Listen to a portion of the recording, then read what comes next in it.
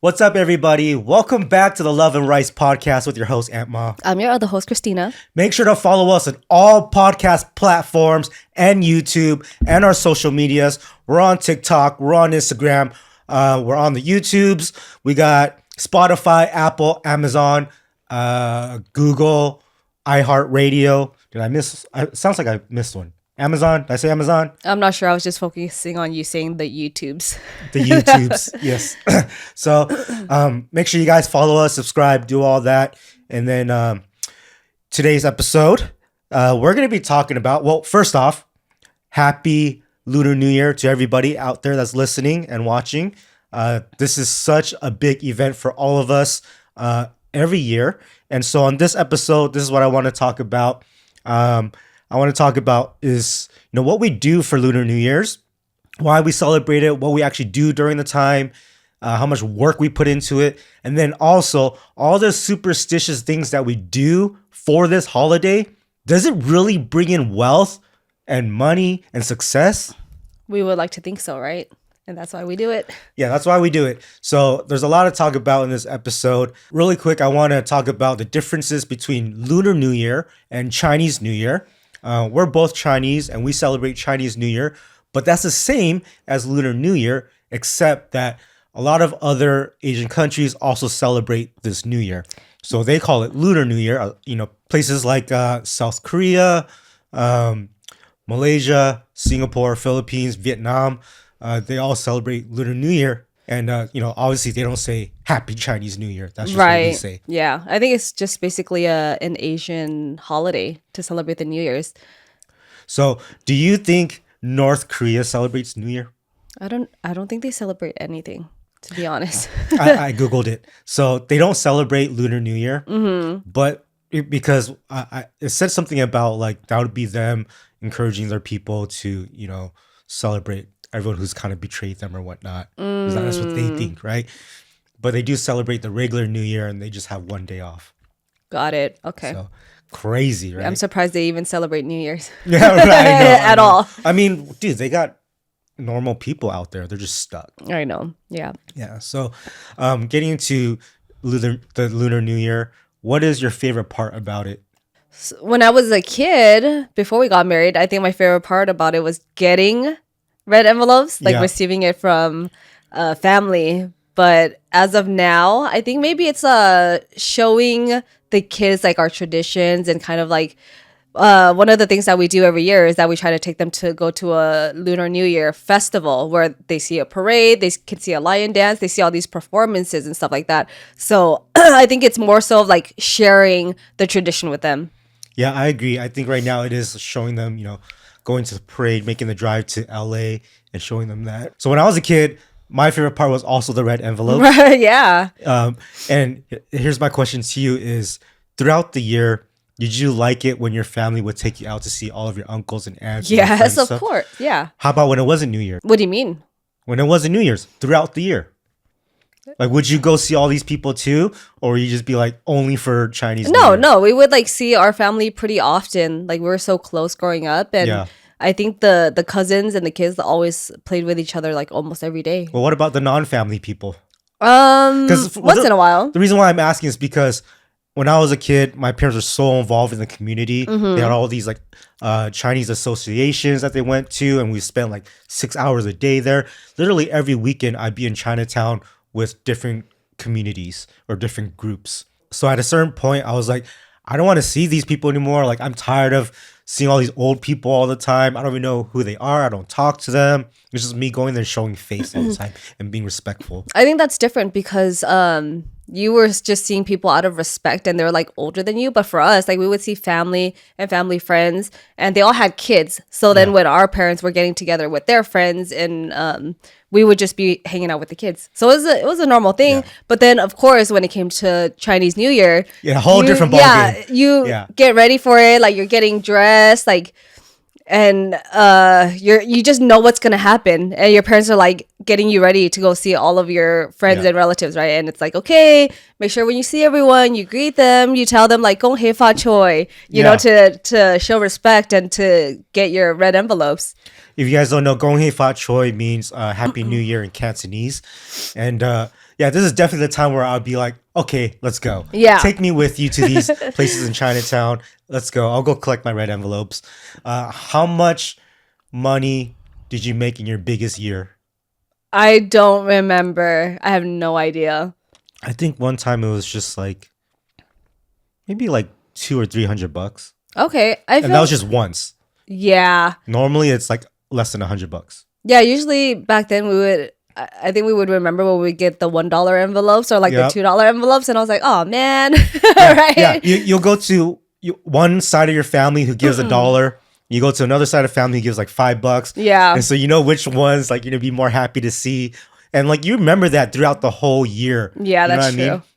So I don't know. How much do people give nowadays? It's not $1 anymore, right? No. It's gotta be like $5 now. I feel like if it's just like a random person, they'll probably give you like maybe $2 to $5. Oh, the lucky $2 bill. Yeah.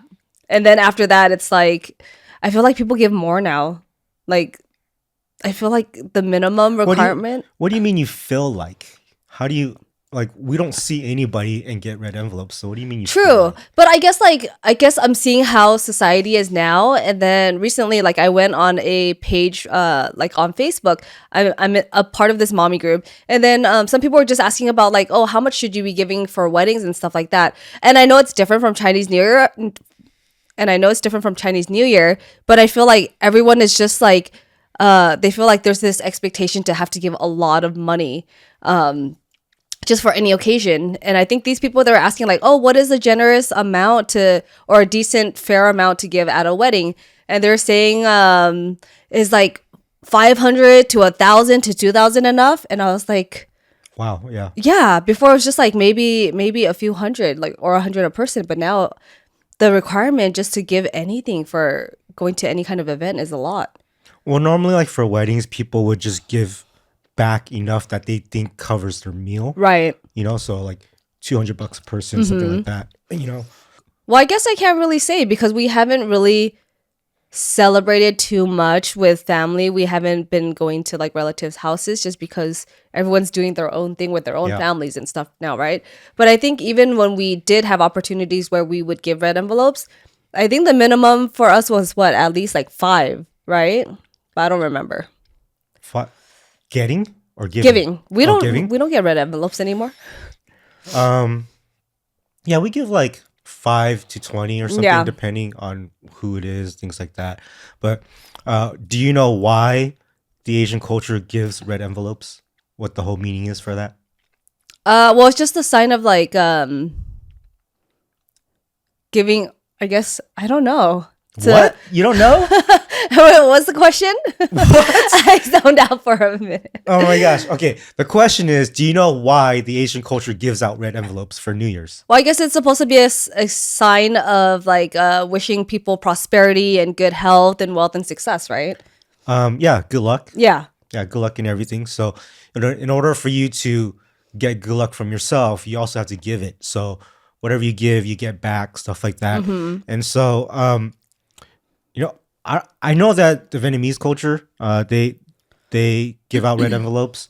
I don't know if Koreans do or anybody else. I'm not sure. I don't know. Yeah. I don't have that many, friends in that community to know that. Every year, our parents take it so seriously, right? They do so many things every year when we were growing up, right? And if we didn't follow what they told us to do, it would bring us all bad luck. That's what Right. they would think. Yes. Right? Do you think that's true? I mean, I've grown up with these superstitions my whole life, so I do believe in them. So I feel like it's just been ingrained in me.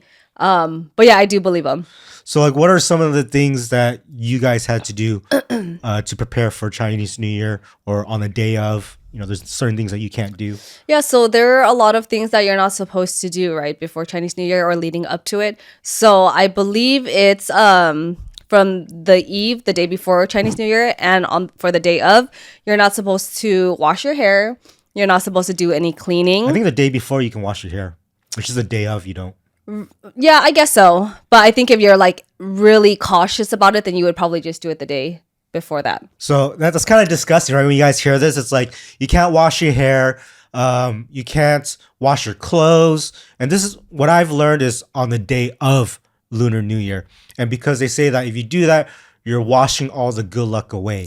Yeah, or like even when you're sweeping too, like you're not you can vacuum on the eve, but you can't sweep because the motion of sweeping is like you're sweeping all of your successes away and your health and everything. You guys are so cautious. When I Googled it, it just says on New Year Day. But you're like day before New Year Day. Yeah, I guess. Or it's like doing it earlier in the day on the eve rather than like the night before leading up to it. Google even says, at 12, once it strikes midnight, that's when it. you stop. Yeah, put everything down. So it's kind of crazy. You guys got to get all your stuff done before the new year. And, a lot of it's what's weird is that on New Year Day, everyone goes and visits family, right? You have this big dinner and stuff like that. And you dress up, you do your hair. So it's like, how can you not wash your hair after? You just don't wash it. You just leave it. Well, I mean, sometimes my mom says you can rinse it with water, just don't use shampoo. I see. But I feel like that's just them trying to be more, sanitary nowadays. Yeah, I think over the years, our parents have tried to balance things out more because it was so extreme before. But now it's like, well, I guess you can just rinse it with water, right? But before that, it was like, no, don't wash it at all. It's kind of not realistic. I guess so. But when we're younger, like when you're a kid, you weren't doing your hair. You wouldn't put gel in it or anything where you would have to wash it off, right? Yeah, I did.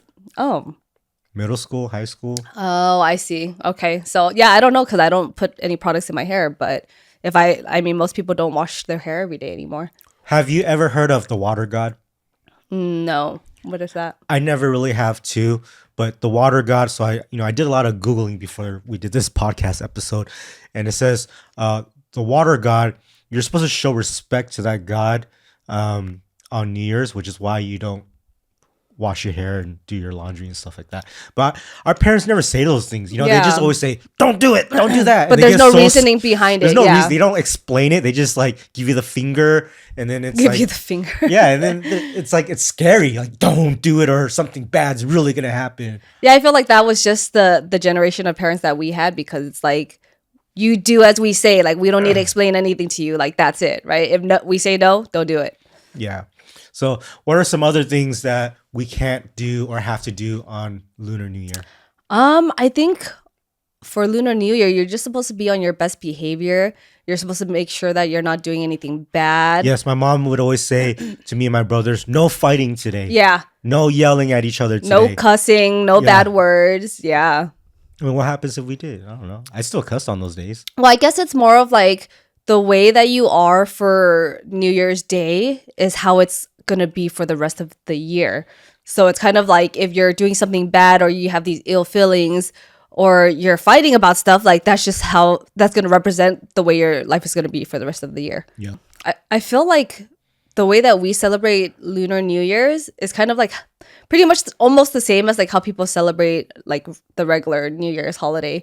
But except that the regular New Year's holiday for everyone else, it falls on January 1st. But for us, Chinese New Year falls on a different day every year. I do not know how to read the Chinese calendar. I have no idea. Like, how are we going to do this when all of our parents and all these like traditions start getting watered down? They're gone. We're older.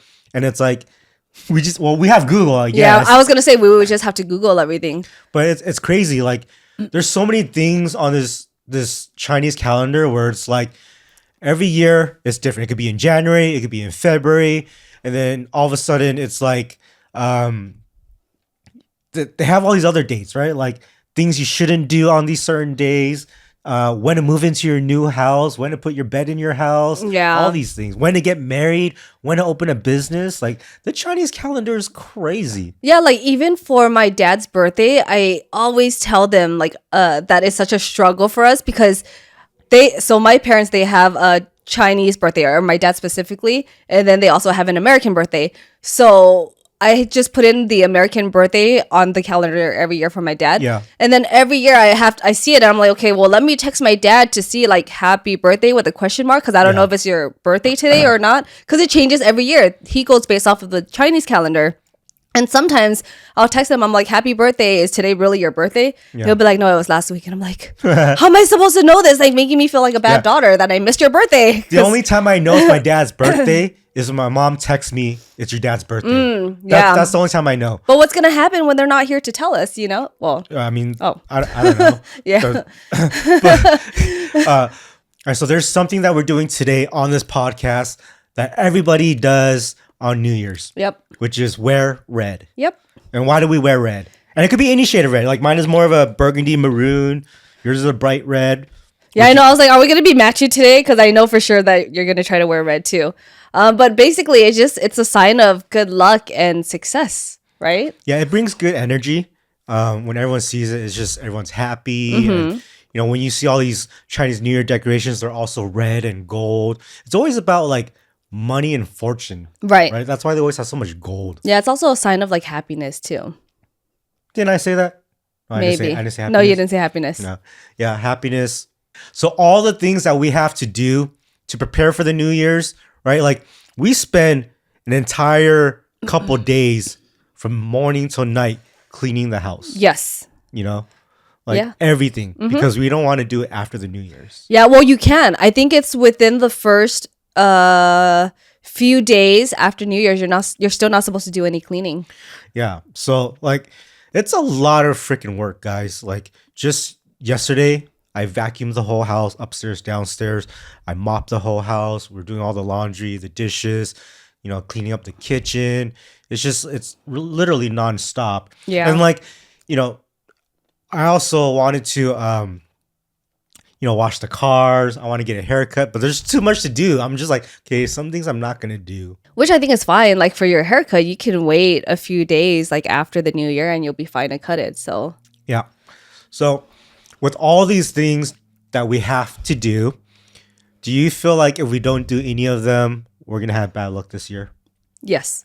For reals? What's going to happen? Yes. I don't know. Because you're setting up the tone and the vibe for the rest of the year. So it's like, I don't know. I guess people need something to believe in. And I feel like this is something I've grown up with my whole life. And it's just what I'm used to. So it doesn't seem like anything that's out of the ordinary. And even though it's a lot of work, it's not so... It doesn't seem like a burden to me, if that makes sense. It doesn't.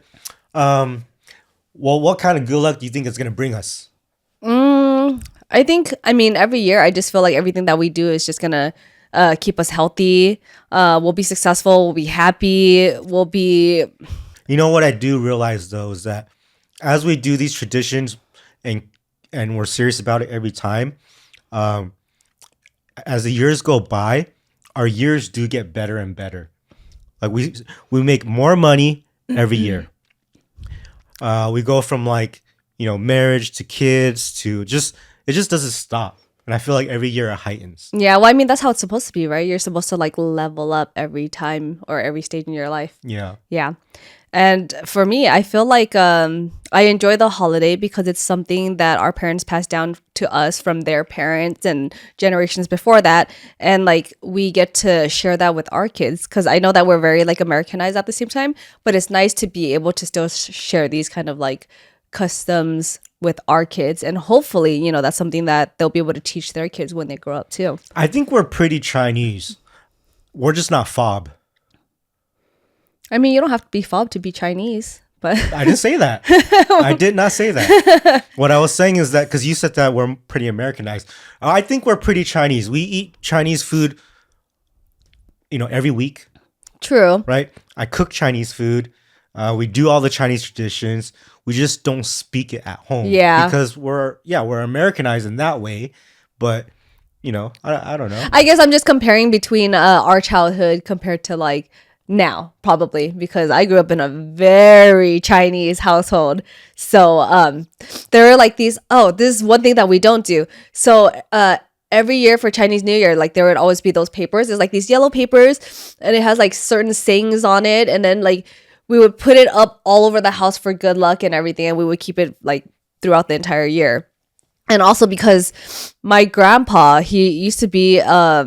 what is the word for it? I wouldn't say a monk. Priest. I don't know. Yeah, something. But he used to like go to everyone's houses and he would bless them and cleanse it and do all of that stuff. And every year he would do that at our house. We had like a shrine where we would pray to Buddha, and he would basically be going around the house. They would have these crazy instruments and like this crazy horn, and it would make the craziest sounds. And he would do that every morning on New Year's Day.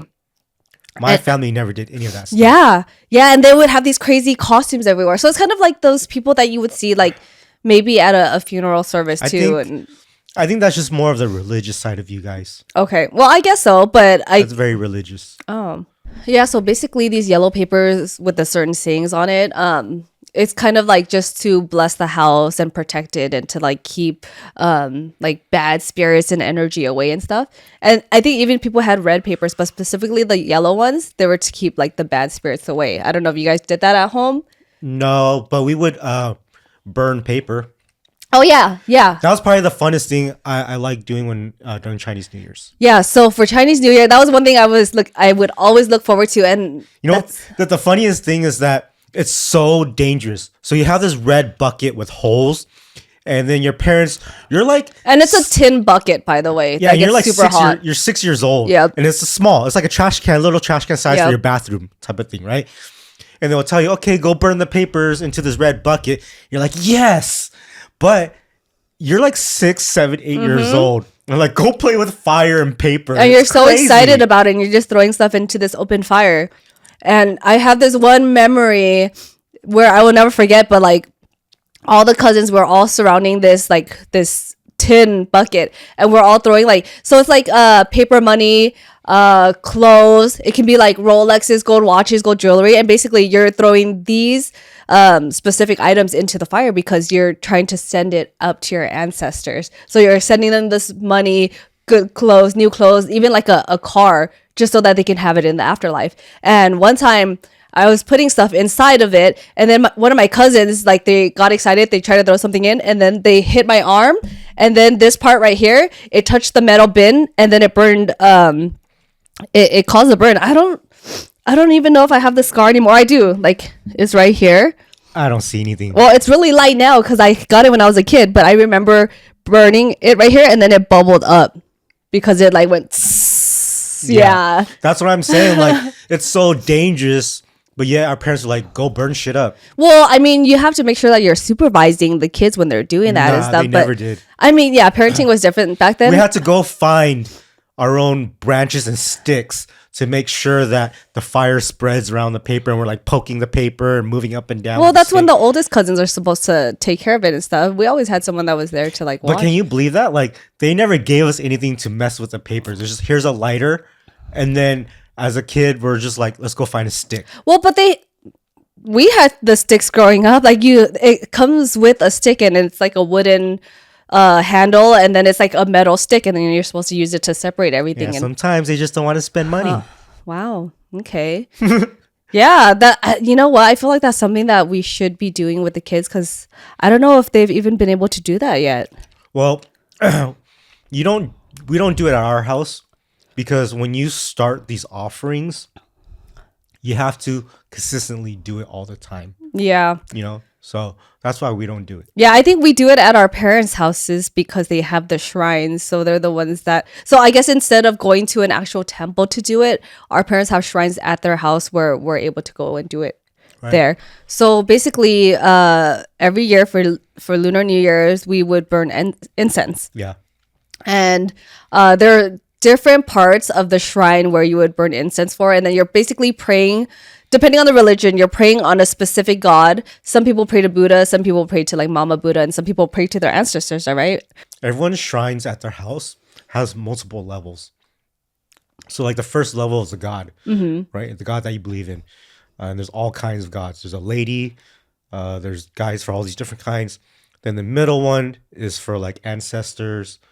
And then the one below, I don't know. I don't know what that one is. I don't remember. And then there's the ones outside of your house for things that are around outside. So I've always wondered about the ones outside. Are those to keep the spirits away? Not to keep them away, it's to keep the peace. Oh, yeah. I see. Because you're still doing offerings outside. There's still the incense, there's still the tea. So there's still offerings outside of your house. Right, you're still putting the tea in the water, the incense, and then there's still like a plate of fruits, you know. So when they walk by, it's like, Here you go. Okay, so it's kind of like a peace offering then. Yeah, Basically. Oh, okay, got it. pretty much. So how much of this are we gonna teach our kids? I Like think all of it? all of it. Yeah, all of it. There's probably some things that we don't even remember that our Yeah. parents do.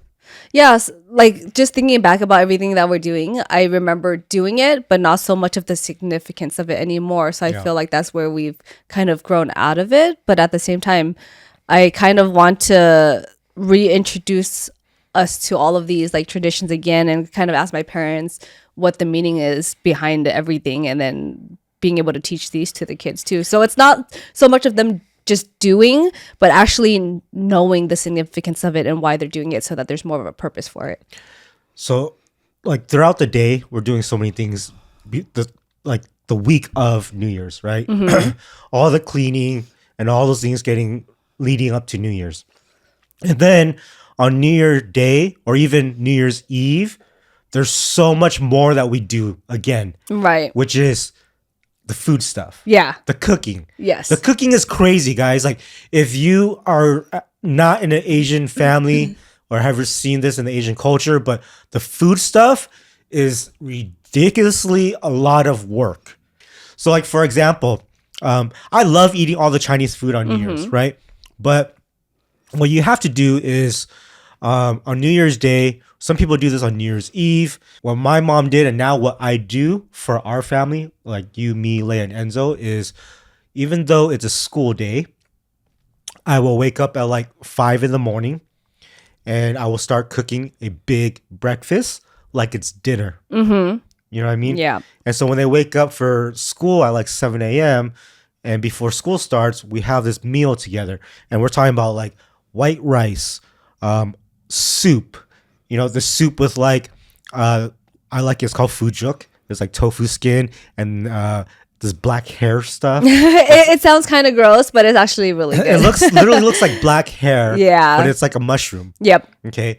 And it's called fat choy. Okay. And then so you have that soup that already takes 3 hours to boil. And then you have your vegetarian meal in the very early morning.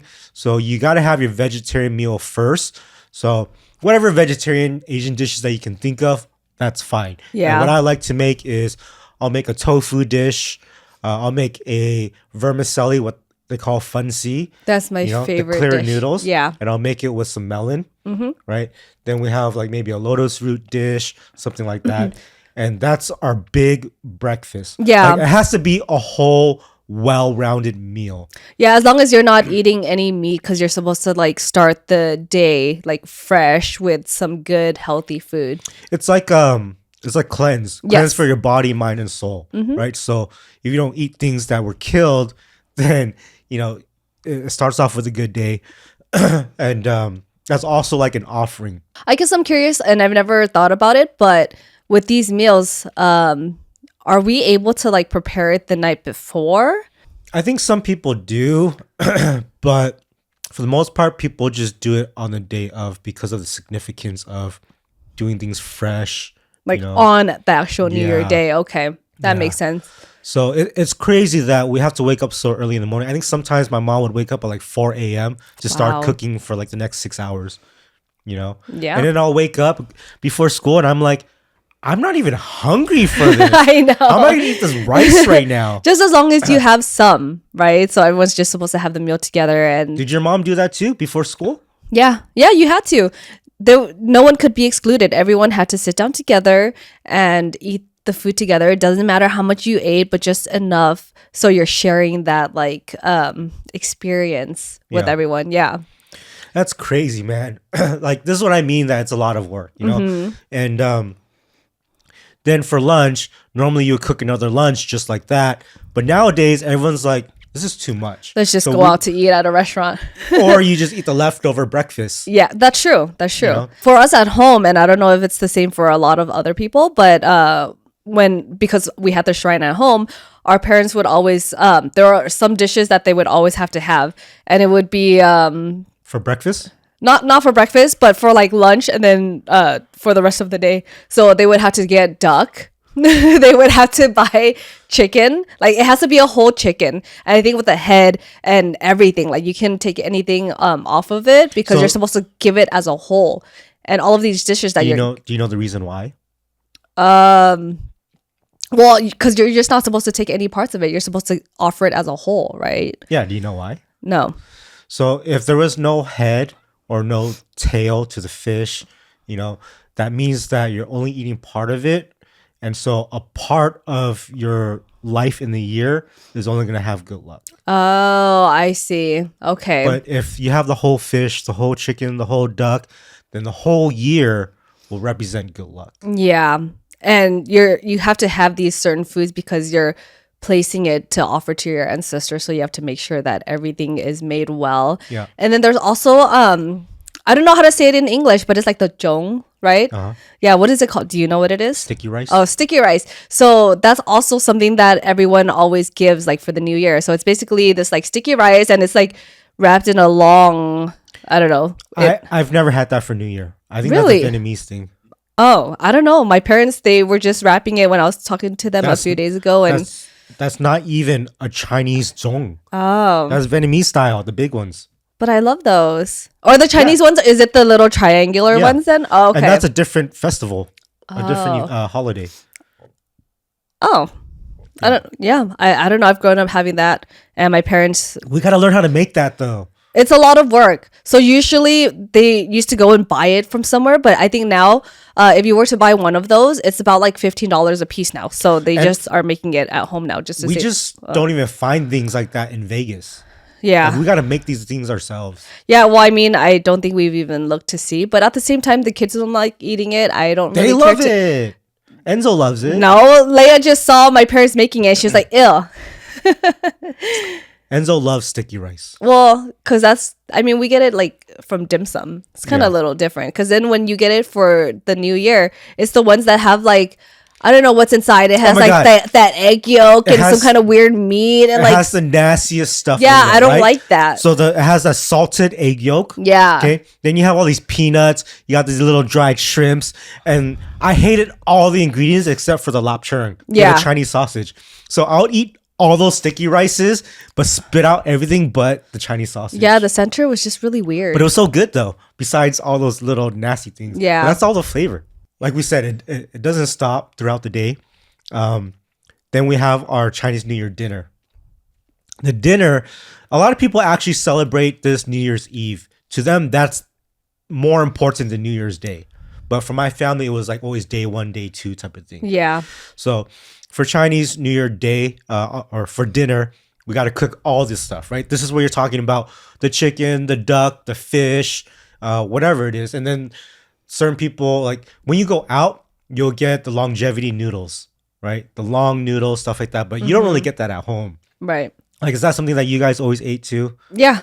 And I think it's just a special thing that's like what you're saying. We don't really eat it often, but we save it just for the holiday because that's what makes it more special. Yeah. What's your favorite New Year dish? I can't remember all of them. But there was this one, like, I don't know what it was. It was like this, it would be in like a circular pan. And then I don't know if it would be considered like a dessert, but it was like this sticky. Is it brown? Yeah. Ew. I used to love that, but I don't know what it is. I have no idea. Some kind of like glutinous cake type of thing. Yeah. It sounded really unhealthy. But I mean, that was one thing I looked forward to. That's what all the old people eat. Oh, but I used to cook it. Oh, I used to did? fry it. Oh. Yeah. I think that's what most people, I don't know if they do it or if they don't, but for me, because it's so sticky, right? Yeah. So I would get it and I would cut it and I'll put some oil in the pan and then I would fry it on there and it tasted so much better. Maybe that's what you've been missing out on. I was just thinking about how we got the kids to really understand Chinese New Year. And it was through all these Chinese New Year books that we used to read That's them. right. There's this one book called, what is it? It's almost like Goldilocks and Three Bears. Oh. But what's her name? It's something and the Three Pandas. Is it the panda? Are they pandas? Yeah. The three pandas. I feel like it is Goldilocks. Oh, Goldilocks. Goldilocks and the three pandas. So it's about New Year's, and she does the whole thing like how, they go into the house and break break the beds and all that stuff. And anyways, it comes down to like for the New Year's, they got to make turnip cakes. You know what I Yeah. mean? And now the kids are like, ooh, turnip cakes, lobako and stuff like that. So Yeah. And then it's her really parents cool. ask her, hey, can you take these down to your neighbor's house and give it to them for good luck? And also, can you give them a red envelope? And then all of these things happen. And at the end, it's just kind of showing like the representation of the holiday and them trying to like introduce it to another Yeah. family and kind of sharing the experience by like eating the turnip cakes together. These books kind of inspire me to want to create books for kids. Specifically for Asian American kids or just in general? About our culture and our food, so that when they read it or people who are not in the Asian culture read it, they can understand our food and they're more receptive towards it. Yeah, I feel like there isn't a lot of representation when it comes to these Chinese focused books because Yeah. we just went to a Chinese New Year street festival and there's this one booth and I think it was the only booth that had like these Asian American books. And then when we saw it, the kids were like, oh, I have that one. I have that one. I already have that one. You Yeah. know, and that was the part of their series. And I was like, oh man, like how come there isn't more representation and Yeah. how come there aren't more Asian American authors to make these books for our So, kids? a lot of you guys who watched our vlogs from way back when you were seeing that Leia wasn't very good at eating. She didn't eat a lot of stuff. She couldn't. She would throw up. She was just, the textures wouldn't, she wouldn't like it. And so when we started reading these books, there's like one book that's like dim sum, and it has all the dim sums from A to Z. And then we'll go to a dim sum restaurant and she's like, oh, I want this one because I read about it and this one and that one. And now she eats everything. And she knows how to say it in Chinese because she's read these books and it's kind of something she just Yeah. remembers now. So there's more of a significance to it when she eats it and there's excitement for it. Yeah. I was just thinking right now, another thing that I love about Chinese New Year is going to the temple. I was going to say that. Yes. Because every time we go to the temple, there's like all these different areas where you get to pray.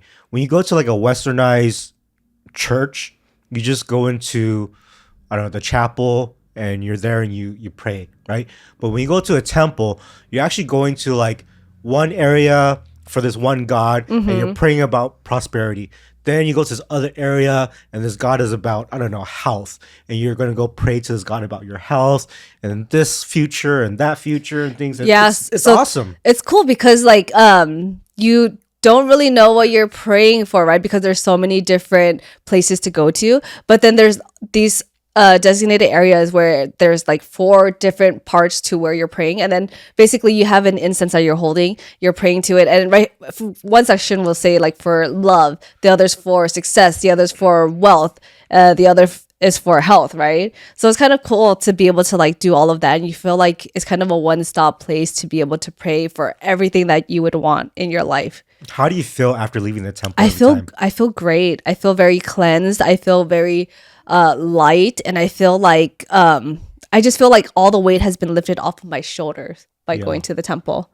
So looking into all of the things that I look forward to for Chinese New Year, I would say going to the temple is probably, it might be the biggest one for me because even though it gets crowded and everyone tries to go, we try to schedule it out where we go when there's not as many people. Yeah. But I've also noticed that because these temples now understand that there's always a rush of a lot of people trying to go on that day, they set it up where it's kind of like in a line format. Everyone gets to take their time. Like you don't feel rushed. Like everyone gets to just kneel and be at each station. They get to pray for however long. And once they're done, then you can go and take your turn.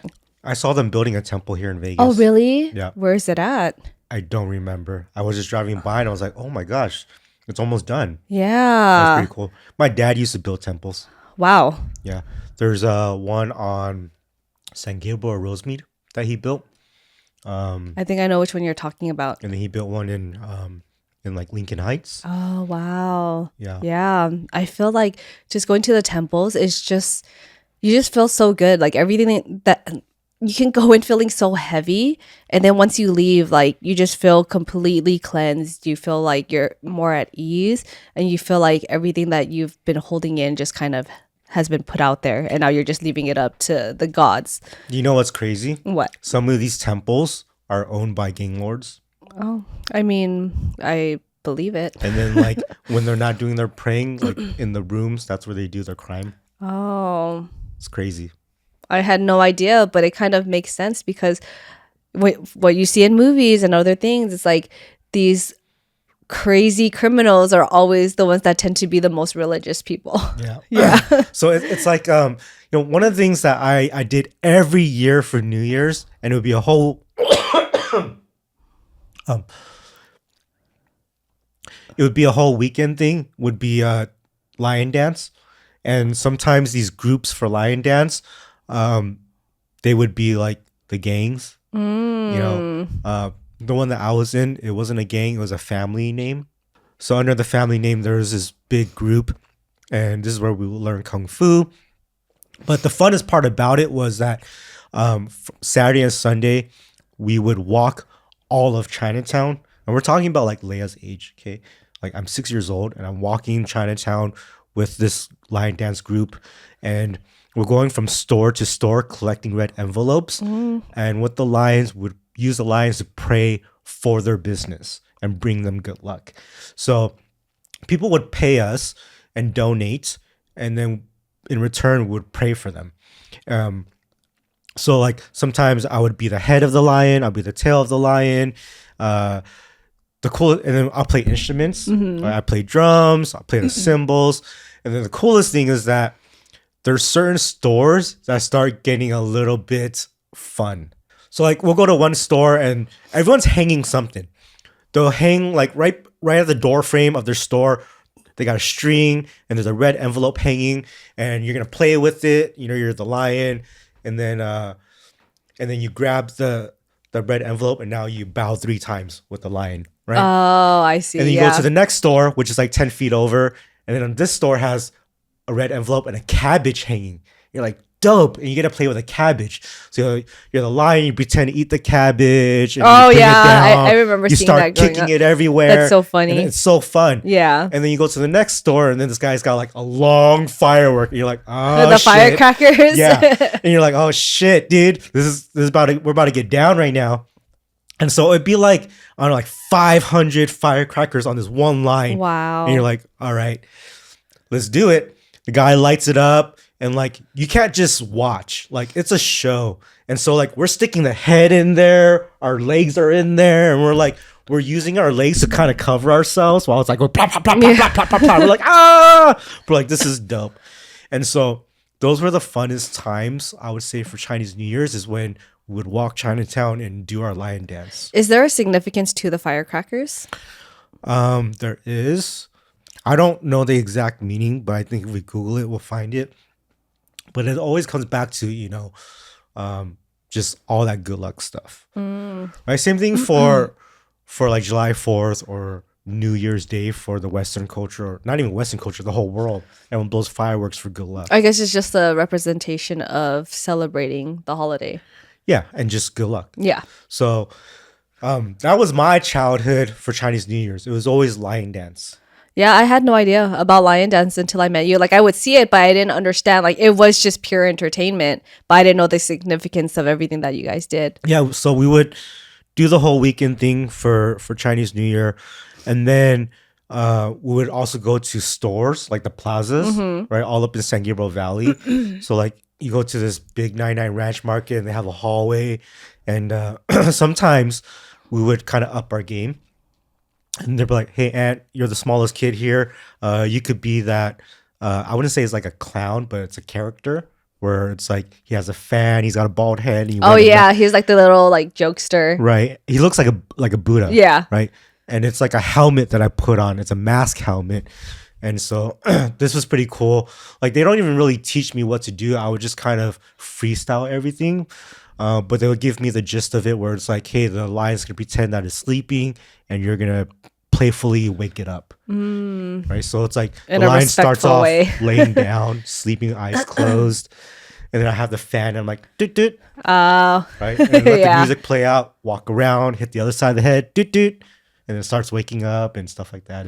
It's really cool. Yeah, I feel like if technology was more advanced back then, like I would have loved to see the videos of you doing lion dance. There's got to be videos somewhere in my dad's house. Oh, There has man. to be. Yeah.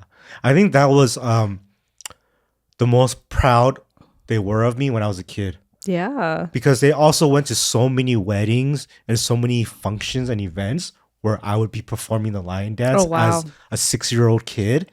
And they'd be like, oh, that's my son. And then all the aunts and uncles or aunties, uncles, that are not family. It's like, oh, that's your son. That's your son. And they're like, yeah, yeah, yeah. That's so funny because I think the girl version of that would be like growing up, there would be these like kid performers and they'll be in like their Chinese outfits, right? And then they'll be singing these Chinese songs and performing Yeah. and stuff like that, and doing dances. And I was like, oh man, I aspire to be like that one day. Like that would be so cool if I got to do that and perform in front of like people, So maybe that was the male equivalent way of like parents being proud and you being like Yeah. a performer and stuff. So like, it was just so much fun. And like, there's also times when, the fireworks weren't this long firework. It Yeah. was just like packets of fireworks or firecrackers. And the old men would just light it up and throw it at us. That's And we're horrible. like, some, like the older kids would be like, damn, dude, this fool's trying to hurt us. But then us as kids were like, yeah, You let's loved do this. it, yeah. We love playing with firecrackers. Yeah. But it's loud. All right, guys. So I hope you enjoyed this video of Lunar New Year's and you learned a lot about the superstitions. In the end, Christina does say that if we follow these, it will bring us good luck. And I got to say, every year we have a pretty good year. So, yeah, I agree with it. And, I'm glad I got to tell a little bit about my lion dance stories for you guys because I don't think anybody really knows that at all. And that's why I put the kids into martial arts. Yeah. Because I want them to have some sort of culture in them. Not just the lion dance I did, but the kung fu I did. It was a lot of my upbringing, and that's why I kind of do that for the kids. So I hope you guys enjoyed this episode. It was really fun for us, and we'll see you next time on Love and Rights Podcast. Make sure to follow and subscribe on YouTube and all podcast platforms, and TikTok and Instagram. And we'll see you guys next time.